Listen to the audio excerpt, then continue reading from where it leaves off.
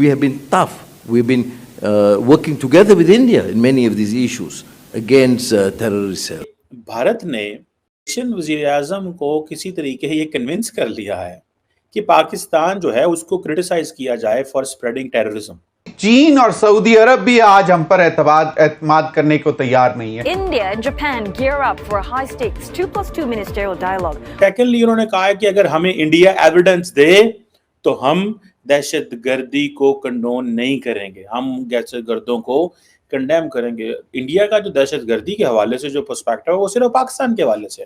غربت, بے روزگاری, بیرونی اور اندرونی قرضوں کا کم نہ ہونے والا پہاڑ اپنی جگہ, عالمی اداروں کا ملکی معیشت پر خدشات کا اظہار بھی اپنی جگہ. اگر انڈیا نے ملیشیا کو کنونس کر لیا کہ پائیدان پاکستان ہے کر رہا ہے, تو یاد رکھیے گا انڈیا بہت بڑی بریک لگائے گا مسلمان دنیا کے اندر پاکستان کو مزید آئسولیٹ کرنے کے لیے. دوست ممالک کا قرض دینے سے انکار بھی اپنی جگہ.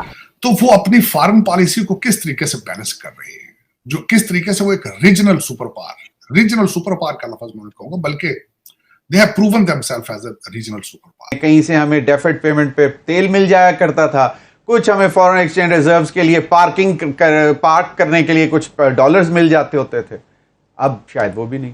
دوسرا طاہر صاحب, انڈیا اور جاپان کا 2+2 ڈائلاگ ہوا ہے, جو ملیشیا اور جاپان نے جو پاکستان کا ریفرنس دیا ہے ٹیررزم کے حوالے سے, انڈیا کی ڈپلومیسی کافی کامیاب نظر آ رہی ہے. لو جی, یہ باتیں عجیب سی سننے کو مل رہی ہیں پاکستان کے متعلق کہ دنیا پاکستان کے ساتھ چھوڑتی جا رہی ہے آہستہ آہستہ.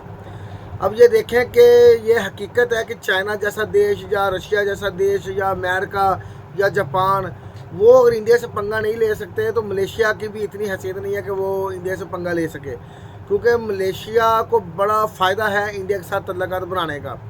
ٹھیک ہے جی, اسی وجہ سے ملیشیا نے پاکستان کے بارے میں اس طرح کی باتیں کی ہیں, تو یہ آلریڈی باتیں بنتی نہیں ہیں. ٹھیک ہے, کیونکہ وہ ملیشیا بھی ایک مسلم دیش ہے اور پاکستان بھی مسلم دیش ہے, مگر یہ باتیں بنتی نہیں ہیں. مگر ان باتوں سے اندازہ یہ ہو رہا ہے کہ انڈیا کی جو فورن پالیسی ہے نا وہ کامیاب ہو رہی ہے. تو باقی ہم پوری دیکھیں گے ویڈیو کے بعد ہم کریں گے بات. اگر آپ کو ویڈیو اچھی لگے تو شیئر کیجیے گا, چینل کو سبسکرائب کیجیے گا, ویڈیو کو لائک کیجیے گا. تو چلو بقیہ ویڈیو کی طرف. And we are open to any ideas, and if evidence submitted, we will not condone terrorism. But you have to produce a compelling case to support. And we have been tough. We've been working together with India in many of these issues against terrorist cells. Bharat نے Asian وزیر اعظم کو کسی طریقے یہ convince کر لیا ہے کہ پاکستان جو ہے اس کو کرٹیسائز کیا جائے فار اسپریڈنگ ٹیررزم. سو یہ جو چیز ہے یہ بڑی امپورٹنٹ ہے. اور دوسرا ایک چیز تو یہ ہے کہ جو دیکھیں یہ تھنک ٹینکس کا کام ہوتا ہے کہ جب آپ باہر کے جو ملک سے وزرائے اعظم آتے ہیں, جیسے انور ابراہیم آئے ہیں, تو ان کو ایک تو انہوں نے یہ کنونس کر لیا ہے کہ جناب چائنا ہمیں ڈرا نہیں سکتا بائلیٹرل کوآپریشن میں between Malaysia and India. And secondly انہوں نے کہا ہے کہ اگر ہمیں انڈیا ایویڈنس دے تو ہم دہشت گردی کو کنڈون نہیں کریں گے, ہم دہشت گردوں کو کنڈیم کریں گے. انڈیا کا جو دہشت گردی کے حوالے سے جو پرسپیکٹو ہے وہ صرف پاکستان کے حوالے سے. انڈیا کو القاعدہ یا حماس یا حزب اللہ یا ان کا اور کوئی نہیں ہے, وہ صرف ان کی جو ڈیفینیشن ہے دہشت گردی کی وہ یہ ہے کہ جو آرگنائزیشنز کشمیر کے اندر آپریٹ کر رہی ہیں ان کی وہ بات جو ہے وہ کرتے ہیں. اب انڈیا نے اس کے اوپر میرا خیال ہے کہ یہ ایک فرسٹ سٹیپ ہے جو انڈیا نے کر لی ہے, اور جو اگلے سٹیپ ہوں گے وہ بھی بڑے انٹرسٹنگ ہیں. لیکن میرے لیے جو اس سے بھی امپورٹنٹ چیز یہ ہے کہ مجھے ایسے لگتا ہے بہت سارے پاکستانی بھائی جو ہیں وہ پریشان ہوں گے یہ سن کے کہ ملیشیا کے وزیر اعظم نے جو آج انڈیا کے اندر باتیں کی ہیں نا وہ بڑی انٹرسٹنگ ہے. اگر ہم اس کو تھوڑا سا ریڈنگ بٹوین دا لائنز وہ ایک جملہ ہے نا, اگر وہ اس کو دیکھیں تو اٹس اے ویری سگنیفیکینٹ. اور وہ اس طرح کہ اگر انڈیا انفارمیشن شیئر کرتا ہے, انفارمیشن کیا ہے, وہی انفارمیشن جو امریکہ کو دی ہے, وہی جو فرانس کو دی ہے, وہی جو جاپان کو دی ہے, وہی انڈیا نے شروع ہو جانا ہے. اگر انڈیا نے ملیشیا کو کنونس کر لیا کہ پائیدان پاکستان ہے کر رہا ہے, تو یاد رکھیے گا انڈیا بہت بڑی بریک لگائے گا مسلمان دنیا کے اندر پاکستان کو مزید آئسولیٹ کرنے کے لیے۔ ہم جب الیکشنز ہو رہے تھے بھارت کے اندر تو سوچ رہے تھے نریندر مودی کیا کرے گا، کمزور ہے نریندر مودی، پاکستان سے بات کرے گا، نریندر مودی لیگیسی چھوڑنا چاہے گا۔ بھائی جان کوئی لیگیسی نہیں وہ چھوڑنا چاہتے، وہ یہی لیگیسی چھوڑنا چاہتے ہیں کہ پاکستان کو دیوار سے لگاؤ۔ یہ لیگیسی نریندر مودی چھوڑنا چاہتے ہیں 15 سال کی، اور ایک دفعہ آئے اور پاکستان میں اور بات ختم کر کے چلے گئے۔ انہوں نے کہا یار بس ٹھیک ہے گیس ہوں، کوئی گل بات نہیں ہوئی۔ اس کے بعد کیا وہ کر رہے ہیں، ان کا نیریٹو جو ہے وہ طاقتور ہے۔ بھارت کے اندر بڑی لمبی چوڑی ڈیولپمنٹس ہوئی ہیں، جس میں آپ نے دیکھا کہ ملیشیا کے وزیر اعظم آئے ہوئے تھے اور بڑے وعدے وعید ہوئے ہیں۔ نریندر مودی صاحب ہر روز مسلمان ممالک کے قریب آ رہے ہیں۔ جن ممالک کی پاکستان کے ساتھ اچھی دوستیاں ہوتی تھی یا جو کشمیر پہ بولا کرتے تھے، آج انڈیا اور ملیشیا مل کے چائنا کا مقابلہ کرنا چاہتے ہیں۔ اور بہت سارے ایک تھنک ٹینک میں بھی یہ بات کی گئی ہے اور کہا گیا ہے ملیشین وزیر اعظم کو کہ وہ پاکستان کی طرف سے یہ جو دہشت گردی کی بات کی گئی ہے۔ دوسرا طاہر صاحب، انڈیا اور جاپان کا 2+2 ڈائلاگ ہوا ہے جو کافی زیادہ، جس کے اوپر چرچا بھی ہے کہ ایک ایشو چل رہا ہے کہ انڈیا اور جاپان نے بھی پاکستان کے حوالے سے بات کی ہے۔ اور انڈیا کے اندر اس وقت طارق صاحب بہت سارے جو انٹرنیشنل ڈیلیگیٹس آئے ہوئے ہیں۔ ادھر طارق صاحب پاکستان کے اندر حیرانگی ہوتی ہے، نہ تو کوئی ڈیلیگیشن آتا ہے، نہ ہی وہاں پہ کچھ چیزیں، کوئی ایسی انٹرنیشنل سگنیفیکینس کی چیزیں ہو رہی ہیں۔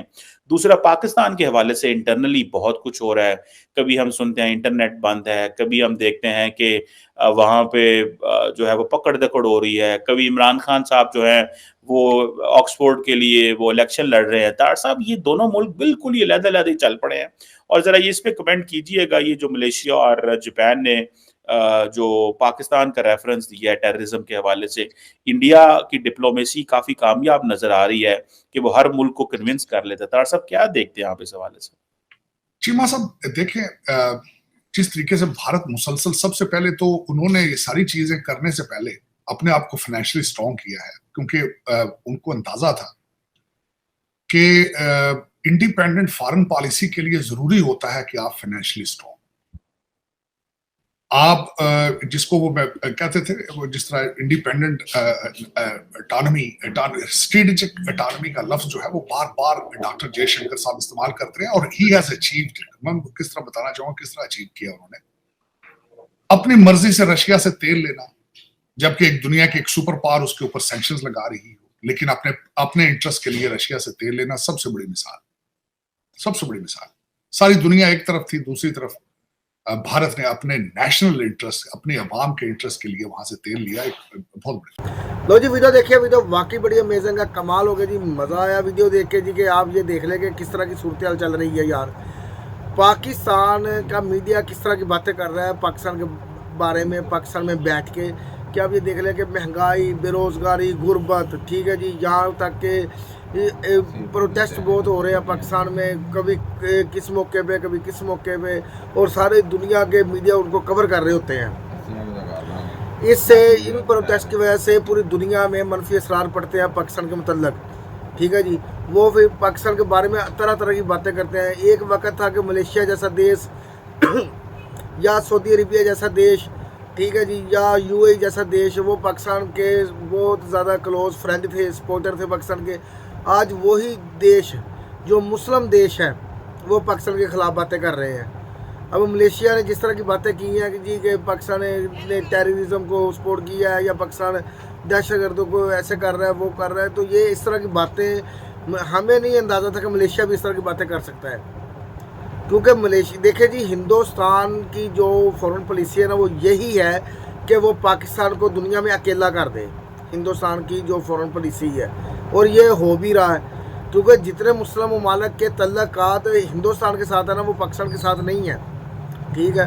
آپ مسلم ممالک کو چھوڑ دیں، آپ یورپی ممالک کو جتنے بھی دیکھ لیں کہ سب کے تعلقات کے، حتیٰ کہ آج کے دور میں جب ہر ملک کو سپورٹ کرتا تھا امریکہ، سارے بھاگ کے جاتے تھے امریکہ کے پاس، آج کا وقت کچھ ایسا ہے کہ سارے ممالک آتے ہیں انڈیا کے پاس، حتیٰ کہ امریکہ جیسا دیش بھی انڈیا کے پاس آتا ہے۔